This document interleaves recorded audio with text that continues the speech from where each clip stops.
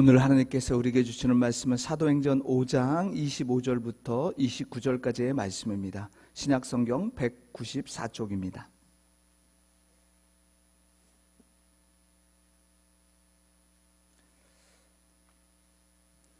사도행전 5장 25절부터 29절까지의 말씀, 제가 하나님의 말씀을 봉독하겠습니다.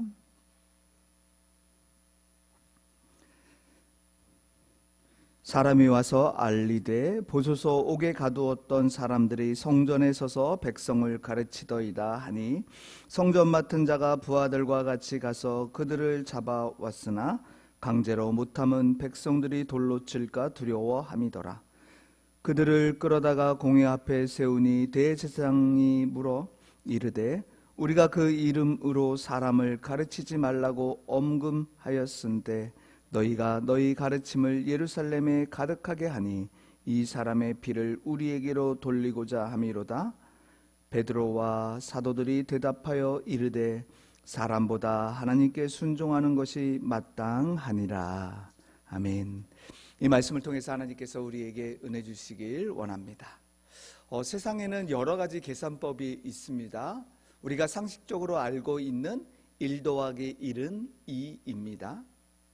그런데 과학자 에디슨은요, 1 더하기 1은 1이라고 했습니다. 물방울 하나에 물방울 하나가 더하면 서로 엉켜 큰 물방울이 되기 때문입니다. 또 시너지 효과를 중시하는 사람들에게는 1 더하기 1은 3입니다. 깨진 유리창처럼 사소한 것을 방치하면 나중에는 전체가 망가진다는 깨진 유리창의 법칙에서는요, 100 빼기 1은 0이라고 그래서 부정적 측면을 강조합니다. 하지만 반대로 사소하지만 깊은 사랑과 배려가 있으면요, 100 더하기 1은 200이 되고 또 그 이상의 결과도 만들어낼 수 있습니다. 작고 사소한 일이 부정적이든 긍정적이든 간에 우리 삶에 큰 영향을 미칩니다. 그런데 이렇게 작고 사소한 일에 누가 관여되어 있습니까? 바로 사람입니다. 한 사람의 영향력은 미미할 것 같지만요, 엄청난 능력을 갖고 있습니다. 하나님께서는 이스라엘의 멸망의 순간을 다 지켜보았던 선지자 예레미야에게 이렇게 말씀하셨지요. 예레미야 5장 1절입니다. 너희는 예루살렘 거리로 빨리 다니며 그 넓은 거리에서 찾아보고 알라. 너희가 만일 정의를 행하며 진리를 구하는 자를 한 사람이라도 찾으면 내가 이 성읍을 용서하리라. 안타깝게도 예루살렘에는 정의를 행하며 진리를 구하는 한 사람이 없기에 결국에는 멸망하고 바벨론 포로로 끌려갑니다. 여러분, 팔방미인이라는 말을 아시죠? 못하는 것 없이 이것저것 모든 것을 잘하는 사람을 의미합니다. 그런데 팔방미인에게는요, 한 가지 단점이 있습니다. 다양하게 잘하는 것은 많지만 한 분야에 탁월성을 가지지 못합니다. 이 세상은 여러분 무한 경쟁 시대 아닙니까? 어느 분야에서 탁월함을 갖지 못하면요, 이 세상에서 도태되고 실패하는 자가 됩니다. 그렇다면 그리스도인인 저와 여러분, 우리는 한 사람 한 사람은 어느 면에서 탁월함을 갖고 살아가야 될까요? 사실 저와 여러분 태어난 환경도 다르고 삶의 스타일도 다르고 또 성격도 다릅니다. 그리고 어떤 모습으로 어떻게 지금까지 살아왔는지는 비슷한 모습도 있지만 대부분 다릅니다. 하지만 여러분, 우리는 예수님을 나의 구주로 고백하며 믿는 순간부터 예수님을 위해서 살아야 된다는 그 삶의 방향은 저와 여러분과 똑같습니다. 오늘 우리 강화중앙교회는 68주년 창립기념 은퇴 및 취임, 추대, 임직 예식을 오늘 오후에 4시에 갖게 됩니다. 오늘 예식의 주인공인 분들과 이들을 축하하는 모든 성도가 다 그리스도 안에 있고 또 한 곳을 향해, 한 방향을 향해 나아가고 있습니다. 또 앞으로도 오직 예수님과 교회를 위해 살아갈 것입니다. 왠지 아십니까? 바울의 고백처럼 우리가 살아도 주를 위하여 살고 죽어도 주를 위하여 죽습니다. 그러므로 우리는 살든지 죽든지 다 주님의 것입니다. 주님 것이기 때문에 우리는 그렇게 살아가는 것입니다. 여러분, 초대교회 내부에서 처음 일어났던 아나니아와 삽비라 헌금 사건은요, 사회에 큰 파장을 일으켰고요, 교회에 큰 영향력을 끼쳤습니다. 아나니아와 삽비라는요, 교회 안에서, 그것도 성도들이 보는 앞에서 사도 베드로의 말에 즉시 죽게 됩니다. 함께 믿음 생활했던 그 사람이 교회에서 죽은 겁니다, 여러분. 상상이 되십니까, 그 일이? 베드로는 성령 하나님께서 알려주신 대로 아나니아와 삽비라의 잘못된 행동에 대해서 죄목을 조목조목 이야기했습니다. 먼저 그들은 성령을 속였다고, 또 하나님께 거짓말을 했다고, 또 주의 영을 시험했다고 말합니다. 사실 이런 사건이 일어났던 초대교회는요, 엄청난 충격을 받았습니다. 그러나 그 충격 속에서 성도들은요, 마음속에 강력한 도전과 함께 하나님의 메시지가 들리게 됩니다. 성도들은 하나님의 교회를 어떻게 섬겨야 하고, 지금 나의 신앙생활에서 봉사와 헌신을 하나님께 어떻게 해야 되는지, 그리고 앞으로 우리는 어떤 목표 방향을 향해 나아가야 되는지에 대한 모습들을 뒤돌아보며 결심하게 됩니다. 여러분, 그 결과 초대교회 사도들과 성도들은요, 예수님과 주의 말씀에 더욱 집중한 결과 교회는 크게 부흥하게 됩니다. 이후 사도들에게도 큰 기사와 표적이 계속 일어납니다. 예루살렘의 근처의 여러 마을에서 온 수많은 병자가 사도들의 기도로 치유를 받게 됩니다. 심지어 병자들은요, 베드로의 그림자만 비춰줘도 나의 병이 나을 것이다 라는 그런 모습으로 사도들을 엄청 높이고 있었습니다. 하지만 사도들은요, 놀라운 기적과 표적이 나타나고 있음에도 자신의 자랑의 기회로 삼지 않습니다. 오직 예수님과 복음을 나타낼 목적으로 하나님께서 주신 치유의 은사이기 때문에 자신을 자랑하지 않습니다. 그러기에 하나님을 나타나고 복음을 나타내고 주님을 나타나니 사람들이 더 많이 모이게 되었습니다. 한마디로 예루살렘이 난리 난 겁니다. 그러나 당시 사회의 기득권자로 예수님을 죽인 대제사장과 사두개인들은 이 상황을 보고만 있을 수가 없습니다. 자신의 기득권이 흔들립니다. 위협을 느낍니다. 시기심과 함께 두려움이 엄습하여 얼마 전에 풀어주었던 그 사도들을 다시 잡아들입니다. 사도들은 처음 잡혔을 때는 잘 풀려났습니다. 이제 두 번째 잡혀오자 앞으로도 잘 풀려날 수 있겠지라는 그 믿음도 있었을 것 같아요. 그러나 한쪽으로는 이제는 우리는 순교하겠구나, 죽겠구나라고 생각할 수 있었습니다. 왠지 아십니까? 지난번 공회 앞에서 풀려났을 때 공회원들과 종교 지도자들이 한 말이 있습니다. 다시는 예수님의 이름으로 말하지도 말고 가르치지도 말라라는 경고를 받았기 때문입니다. 이 말은 곧 다시 잡혀오면 너희들은 죽일 것이다 라는 말입니다.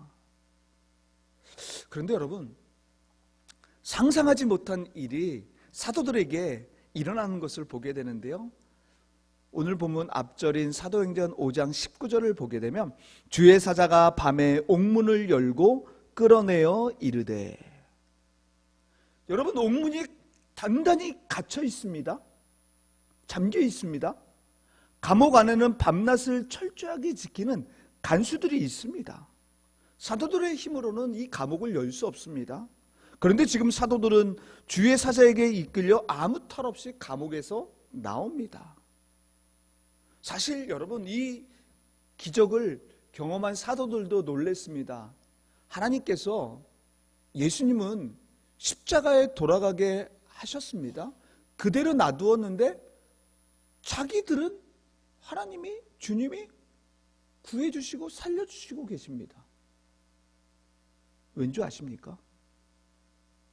사도들은 아직 해야 할 일이 있었습니다.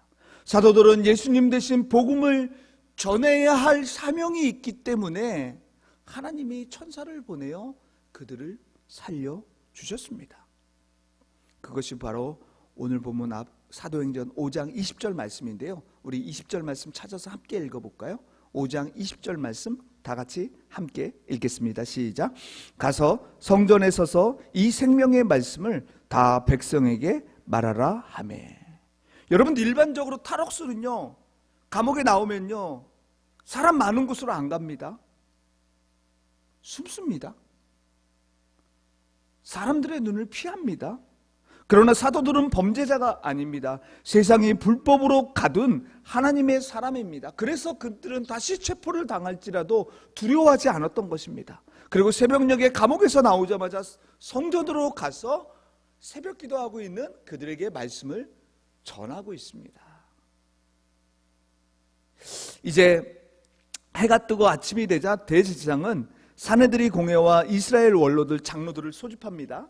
왠지 아시겠죠? 이제 사도들을 죽이려고, 처형하려고 불러들였습니다. 그래서 경비원을 보냈는데 경비원들이 오게 가보니 감옥 문도 든든하게 잠겨 있고 간수들도 제자리에 지키고 있는데 감옥 안에는 사도들이 없는 겁니다. 경비원들은 이 사실을 공회 앞에 보고하고 성전 경비대장과 대제사장은 당황하며 앞으로 어떻게 해야 할지 난처했습니다. 여러분, 이쯤 되면요 우리 공회원들과 종교 지도자들이 무언가 깨달아야 정상입니다. 근데 깨닫지 못합니다. 오히려 흥분해서 다시 사도들을 잡아오라고 명령합니다. 하지만 사도들이 백성들과 함께 있기 때문에 밀란이 일어날 것 같아서 그들은 강압적으로 사도들을 잡아가지 않고 조용히 타일러 다시 공회 앞에 세웁니다. 여러분, 이런 놀라운 기적이 왜 일어났을까요? 어떻게 일어났을까요? 지금 사도들은 오직 주님을 향한 한 방향으로 나아가고 있기 때문입니다. 사람들은 죽을 것이라고, 사도들은 죽을 것이라고 생각했지만 하나님께서 천사를 보내십니다. 뿐만 아니라 그들에게 다시 말씀을 전하라고 사명을 주십니다. 이보다 더 확실한 하나님의 인도하심과 또 사명자로서 더 큰 확신이 어디 있겠습니까? 여러분, 힘은요 하나로 모아질 때 거기에 힘이 나타납니다. 방향이 같은 성도들끼리 함께 모일 때 에너지가 발생합니다. 저와 여러분 어렸을 때 돋보기로 이렇게 태양빛에 초점을 맞추어서 이렇게 장난을 쳤던, 그리고 초점이 맞춰졌을 때 여러분 어떻습니까? 조금 시간이 지나면 그곳에 연기가 나면서 불이 붙은 경험들을 한 번씩 다 하셨습니다. 그런데 여러분, 그 초점이 안 맞춰졌을 때는 어떻게 됩니까? 아무리 돋보기를 들고 있어도 아무 일이 일어나지 않는 것을 경험해 봅니다. 토끼와 거북이 경주 잘 압니다. 거북이가 이긴 것은 느리지만 한 방향으로 앞만 보고 갔기 때문입니다. 토끼가 빨랐지만 결국에는 거북이가 승리합니다. 여러분, 이스라엘 백성들이 광야에 가기 전에 출애굽을 합니다. 이제 광야에 40년을 돕니다. 약속의 땅 가나안 땅까지 갑니다. 그 앞에 갔는데 초롱성 같은 여리고성이 딱 있는 겁니다. 그때 하나님께서는 이스라엘 백성들을 향해서 이 여리고성을 전략적으로 무너뜨리는 방법을 가르쳐 주셨습니다. 하나님은 하루에 한 바퀴 성을 돌면서 침묵하고 일곱째 날 7바퀴를 돌고 난 후 크게 소리 지르라고 했습니다. 이스라엘 백성들은 이 말씀 그대로요 순종하면서 한 방향으로 갔습니다. 결국 무너지지 않을 것 같은 그 성이 한순간에 무너지는 것을 경험합니다.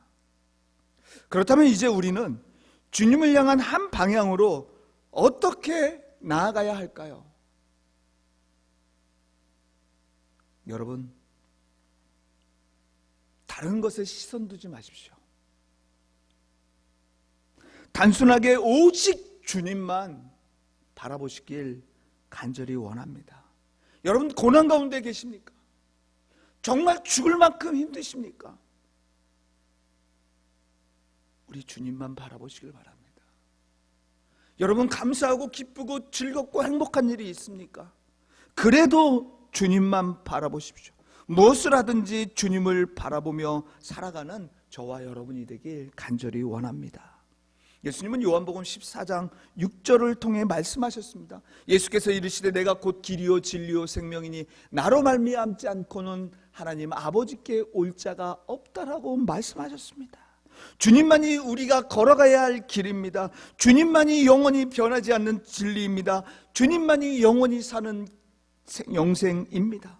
그러므로 예수님을 따라 살아갈 때 우리는 하늘나라의 그 기쁨을 만끽하며 하늘나라에서뿐만 아니라 이 땅에서도 지금도 천국의 기쁨을 맛보며 살아갈 수 있습니다. 그렇습니다. 우리의 정체성은 예수님을 따라 사는 것입니다. 문제는 우리가 예수님을 따라 살 때 연약한 우리이기 때문에 잘 안 된다는 것입니다. 또 우리가 세상에 살고 있지만 세상에 속한 자가 아니기 때문에요. 여러분, 세상은 우리를 미워합니다. 사단은 우리를 어떻게 해서라도 넘어뜨리려고 합니다. 그런데 여러분, 예수님은 이미 이런 연약한 우리의 모습을 아시고 이렇게 요한복음 16장 33절에서 말씀해 주셨습니다. 이것을 너희에게 이르는 것은 너희로 내 안에서 평안을 누리게 하려 함이라. 세상에서는 너희가 환난을 당하나 담대하라. 내가 세상을 이기었노라. 예수님께서 세상을 다 이기시고 그 권세로 내 안에만 있으면 내가 너희를 평안으로 인도해 주겠다라고 약속의 말씀을 하십니다. 여러분, 그렇다면 우리가 이런 예수님을 향해 한 방향으로 나아갈 때 우리에게 나타나는 것이 있습니다. 그것이 뭔지 아십니까? 그 결과가 순종의 삶을 살아갑니다. 우리는 순종할 때 여러분 어떻습니까? 당연히 사람보다 하나님께 순종하고 하나님의 말씀에 따라 살아야지라고 생각합니다. 여기까지는 다 동일하게 생각합니다. 그런데 단 한 가지 조건이 있습니다. 내게 유익이 될 때만 순종하려고 하지 않습니까? 하나님의 말씀을 들었는데 내가 하기 싫은 거면 안 하는 경우 말입니다. 말씀이 나에게 유익이 되지 않으면요, 순종하지 않습니다. 사랑하는 성도 여러분, 사람이 우리를 살리는 것이 아닙니다. 실제로는 보이지 않는 하나님께서 저와 여러분의 삶을 인도해 주시고 살려주심을 믿습니다. 보이는 사람이 우리 인생을 책임지는 것이 아닙니다. 여러분, 보이지 않는 하나님이 나의 인생을 지금도 책임져 주시고 계심을 믿습니다. 그럼 여러분, 누구의 말을 들어야 될까요? 하나님의 말씀을 듣고 하나님의 말씀에 순종하며 살아가야 합니다. 여러분, 그렇습니다. 사도들은요, 주의 천사의 도움으로 감옥에서 빠져나와 성전에서 하나님의 말씀을 전했습니다. 이 모든 사실을 알아차린 성전 맡은 자와 군사들로 인해서 사도들이 다시 잡혀옵니다. 이때 흥분한 대제사장은 이렇게 호통칩니다. 그것이 오늘 본문 28절입니다. 이르되 우리가 이 이름으로 사람을 가르치지 말라고 엄금하였으되 너희가 너희 가르침을 예루살렘에 가득하게 하니 이 사람의 피를 우리에게 돌리고자 함이로다. 너희들을 이 말 예수를 증거하지 말라고 내가 분명히 가르치고 이야기했지 않았냐? 왜 그 말을 하고 그 모든 것들이 예수가 죽은 것이 왜 우리 책임이라고 돌리느냐라고 이야기합니다. 여러분, 그때 사도들의 모습이 어땠을까요? 29절 한번 볼까요? 그들의 모습입니다. 사도들이 어떻게 이야기하고 있는지 우리 29절 말씀 다 같이 함께 읽겠습니다. 시작. 베드로와 사도들이 대답하여 이르되 사람보다 하나님께 순종하는 것이 마땅하니라. 아멘. 여러분, 이미 사도들은요, 첫 번째 잡혀왔을 때 공회원들, 대제사장, 종교 지도자들 앞에서 이런 말을 했습니다. 하나님 앞에서 너희 말 듣는 것이 하나님 말씀 듣는 것보다 옳은가 판단하라. 더 구체적으로 지금 이야기하고 있습니다. 이제 사도들은 하나님께 선택해 주신 우리이기 때문에 하나님의 말씀을 듣는 것이 당연하다고. 너희들도 하나님의 믿는 사람 제사장 아니냐? 그럼 너희들도 하나님의 말씀을 들어야 된다라고 당당하게 이야기하고 있습니다.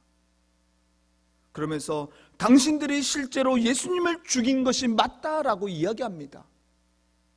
하지만 십자가에 돌아가신 예수님을 하나님이 살리시고 그를 높이사 임금과 구주로 삼으셨고 바로 우리가 이 일의 증인이다 라고 그들 앞에서 이야기합니다. 그런데 여러분, 지금 이렇게 이야기하고 있는 사도들의 입장을 개인적으로 한번 생각해 보십시오. 이미 지난번에 경고를 한번 받았습니다. 그리고 천사가 감옥에서 구해주었지만 종교 지도자들과 공회원들 앞에서 그들은 탈옥수입니다. 종교 지도자들은 무척 화가 나 있습니다. 사람을 죽일 권한도 가지고 있는 재판입니다. 그런데 이들 앞에서 이런 말을 하고 있는 겁니다. 여러분, 상상이 가십니까? 얼마든지 지금의 상황을 피하기 위해서 대제사장과 공회원들 앞에서 이런저런 말을 해서 위기를 극복할 수 있었습니다. 유익한 길이고 사는 길이라는 것을 그들이 몰랐을까요? 사도들은 사람과 권력과 지위를 선택하지 않았습니다. 하나님의 말씀대로 순종하는 것을 선택했습니다. 사도들은 자신의 생각이 합당하다고 여겼습니다. 심지어 이렇게 이야기하고 있는 이 모습, 행동하는 모습을 기뻐하고 있다라고 5장 41절에서 이렇게 말씀합니다. 사도들은 그 이름을 위하여 능력받는 일에 합당한 자로 여기심을 기뻐하면서 공회 앞을 떠나니라. 여러분, 사도들 안에는요, 그 무엇인가 빼앗을 수 없는 보물을 가지고 있었습니다. 목숨보다 소중한 가치, 예수 그리스도를 품고 살아가고 있었습니다. 사랑하는 성도 여러분, 지금의 사도들이 당하고 있는 고난의 장면을 주님께서 지켜보고 계셨다면, 주님이 보고 계시다면 주님의 마음이 어땠을까요? 무엇으로도 그 모습을 표현할 수 없습니다. 주님의 심장은 뛰고 계셨을 겁니다. 주님의 마음에 감동이 밀려오지 않았을까요? 때론 하나님 말씀이 내 경험과 안 맞을 수 있습니다. 하나님의 말씀이 내 이성으로 이해되지 않을 수 있습니다. 그런데도 하나님의 말씀이라면 순종해야 합니다. 여러분, 순종은요, 내가 할 수 있는 것을 할 때 붙이는 말이 아닙니다. 내가 할 수 없는 것 같은데 하나님께서 하라고 하시면 그것이 순종입니다. 이런 순종은 하나님을 기쁘시게 합니다. 하나님을 감동시키십니다. 더 나아가 이런 순종은요, 하나님께 복받는 비결입니다. 성경을 자세히 보십시오. 하나님께서 무조건 우리에게 복 주시겠다고 말씀하지 않습니다. if가 붙어 있습니다. 뭐뭐하는 대로 하면 말입니다. 곧 하나님의 말씀대로 순종하면 내가 복을 주겠다 말씀합니다. 이 말을 바꾸어 이야기하면요, 하나님의 말씀대로 순종하지 않으면 우리에게 복이 없다는 말씀입니다. 여러분, 하나님의 말씀에 순종하는 사람은 하나님께 복을 달라고 기도하지 않아도요, 복 받습니다. 이것이 우리 기독교의 영적인 진리이고 법칙입니다. 여러분, 기억하십시오. 순종하면 하나님께서 덤으로 주시는 사은품이 복입니다. 사람의 말보다 하나님의 말씀에 순종하는 것을 당연한 것으로 여기며 행동하면서 복을 받고 누리며 살아가기를 간절히 원합니다.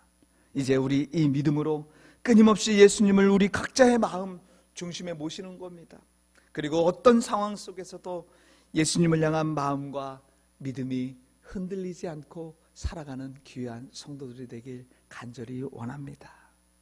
그리고 우리의 모든 것을 주관하시는 주께서 쓰시기에 합당한 직분자가 되어 주님께 순종할 때 주시는 놀라운 하늘의 축복을 받아 누리고 행복하게 서가는 강화중앙교회를 보면서 살아가는 저와 여러분이 되길 주님의 이름으로 축복합니다.